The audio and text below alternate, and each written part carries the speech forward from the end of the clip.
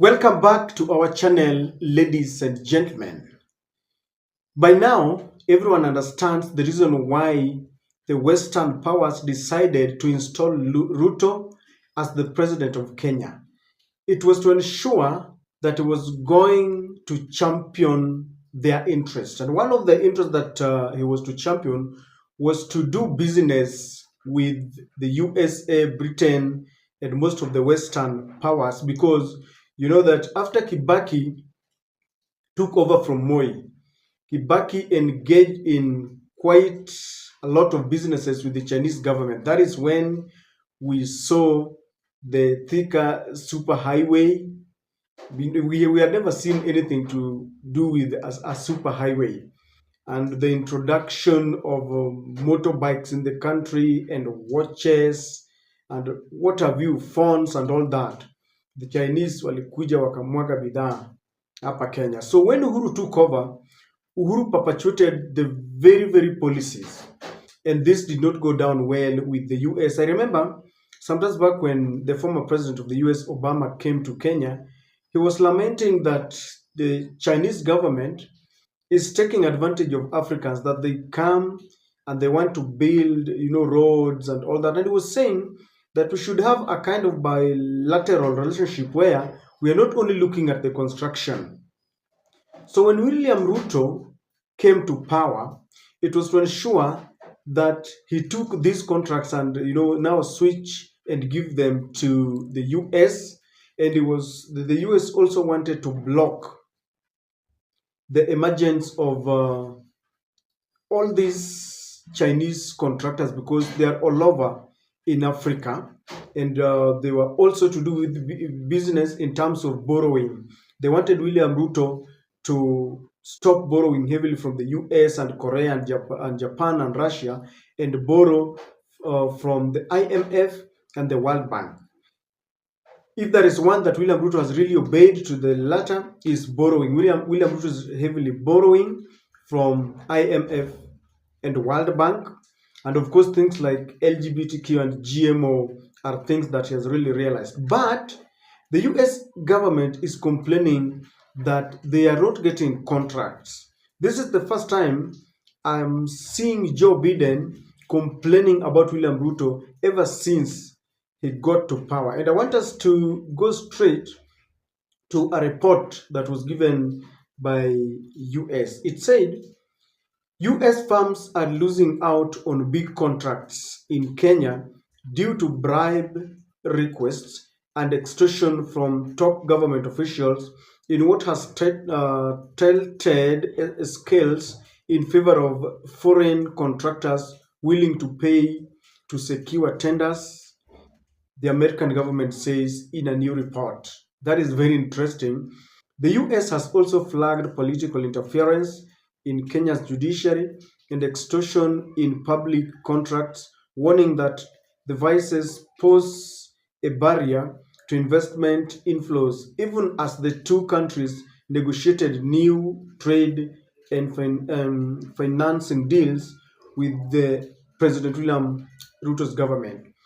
And this is what the US Trade Representative, Madam Catherine Tai, was saying that corruption remains a substantial barrier to doing business in Kenya.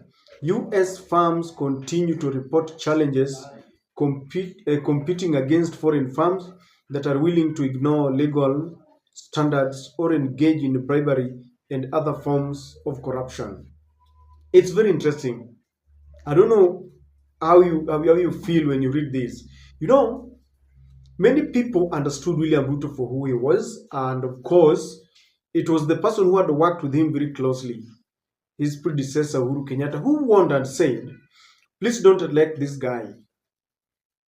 And he had questionable characters. That is according to Uhuru Kenyatta himself. In fact, while he was the deputy president, there were a lot of complaints about land grabbing, corruption cases. One that shocked me was the Kimorer and Aror when you said we have only lost 7 billion shillings. And Raila was asking, are you talking of 7 billion as if it is pocket change? And when Joe Biden decided to ensure that he gave us a president He thought he knew it all.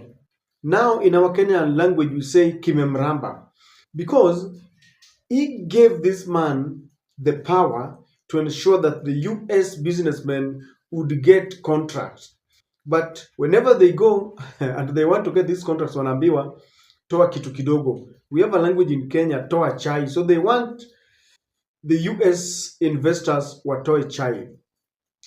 I want to believe this report because of two reasons. One, Raila told us that the reason why there was a mess in the education system is because of kickbacks. The Kenyan government decided to take away the contract where it used to be.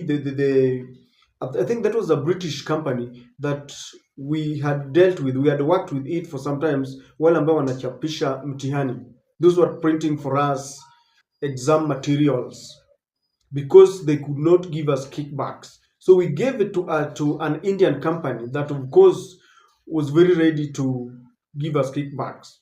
And that is how we messed up our education system. That is how we could not protect the results and the exams, and everything was messed up as a result of corruption. And I've always said on this channel that when a crocodile tells you that the hippopotamus is sick, you don't have to doubt the crocodile, because they live together in water. They are marine animals. Samson Cherargei himself told us that Murkomen, who is the blue-eyed boy of William Ruto and the man who is manning the transport system, takes bribes from the Chinese contractors, so that even the simplest contract of unclogging drainages is given to the Chinese government. And Cherargei was saying that those are small jobs that we can give our young, Kenyans here. But Murkomen, because he has taken something, he goes ahead to give it to the contractors that have given him some money. That was Cherargei. In the G2G oil, it was a mess until Museveni himself said that there are middlemen around who make life and business become very difficult. So it is our nature. But the reason why I thought this is the best treatment the US should get is because we Kenyans knew who we wanted to elect, but they interfered with our elections because they were looking at their interest. Now they realize that corruption is so much entrenched in our government, so much that they also become victims. That is one thing that pleases me. They should understand that Kenyans knew what they wanted to do. And the other thing that we need to learn here is, many people look at some of these Western nations or the European nations, and we think they are clean. We think they're spotless and impeccable. Yet they are willing to pay bribes to get contracts. What does it tell you? These people are equally corrupt. And when they write about corruption in Africa, they are part and parcel of the corrupt deals. Here they are. Because in Kenya, the law is very clear. When you are caught giving out bribe, the person receiving and the person giving out bribes are both are culpable. You are not supposed to give out bribery, and you are not supposed to take.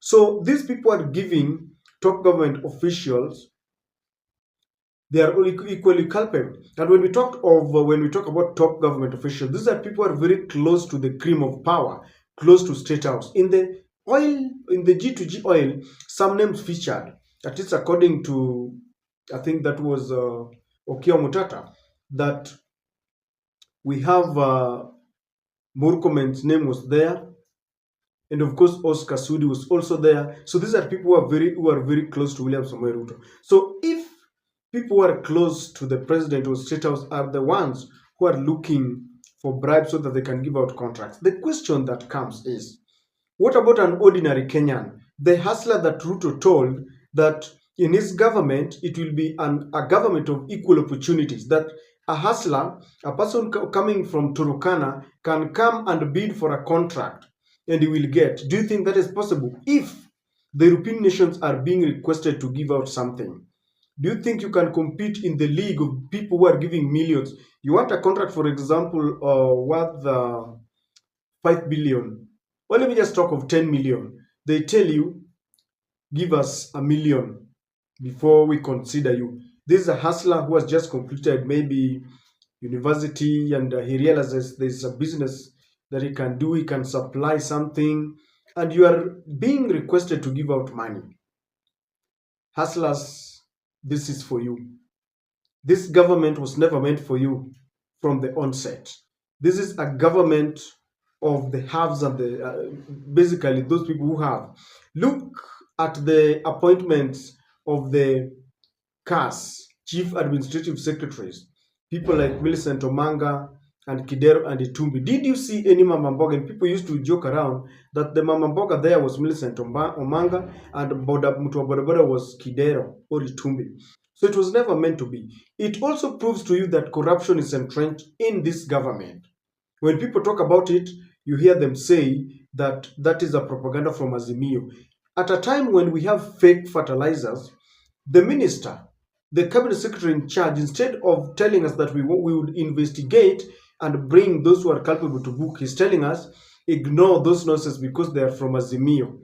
You can see how casual they treat serious matters. When Nahumincha is handling a very serious and a very delicate matter where people are losing lives, she goes on public rallies, she goes on burials and tells us that there are people who want to sabotage her because she's doing a good job, that people who wanted to sabotage the new NHIF are the same people who are coming up to sabotage. Yet we know that doctors are complaining about a CBA, collective bargaining agreement, that was signed, and they are unable to implement. Yet we know that there is money because they take loan every day, and we cannot pinpoint what they are doing with these loans. There's nothing to show for it. We know that they are giving allocations to State House and to all these government departments, and there's nothing they're doing with it. There's money. So, ladies and gentlemen, I think Joe Biden is learning something. That is the president that they gave us. That is the president that the ambassador of the US to Kenya told us that the election that was conducted in 2022 was the freest and the most verifiable in the history of Kenya. That simply meant that William Ruto was voted fair and square. And that is their president. They should not complain to us.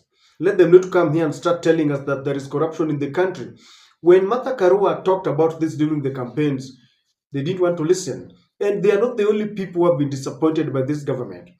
There are the clergy. The clergy told us that for the first time they had a candidate. In fact, it was very funny in churches when a bishop, a pastor could stand in pulpit and say that for the first time we have a candidate. And many people who I talked to before, during, and after elections told us, hawa ni watu wa Mungu, Raila ni Antichrist. Right now they are disappointed. The farmers who they are members of parliament passed the finance bill 2023 are now crying foul. They're saying, the levies are too much for us. So everybody, anyone who supported Ruto and Gachagua are now crying foul. They regret and they lament.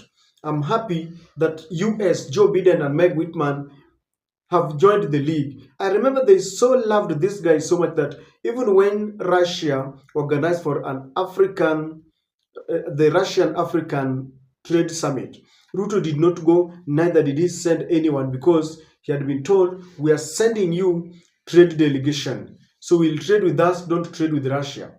Now the US are coming here to tell us that their farms continue to report challenges because they are being requested to bribe them. That is the end of the day. That is part and parcel of our government. It's normal to us. So let them not come and start complaining.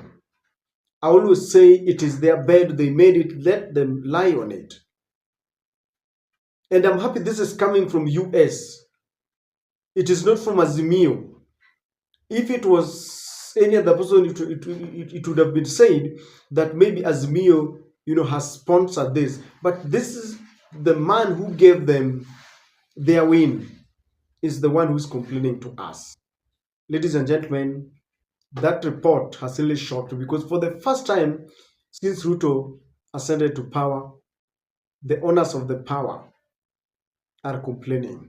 And I know this, when you see this is written and it is now in public, I know they have given a warning to William Ruto. I don't know how they are going to survive on this, because it is our time to eat. And that is my take.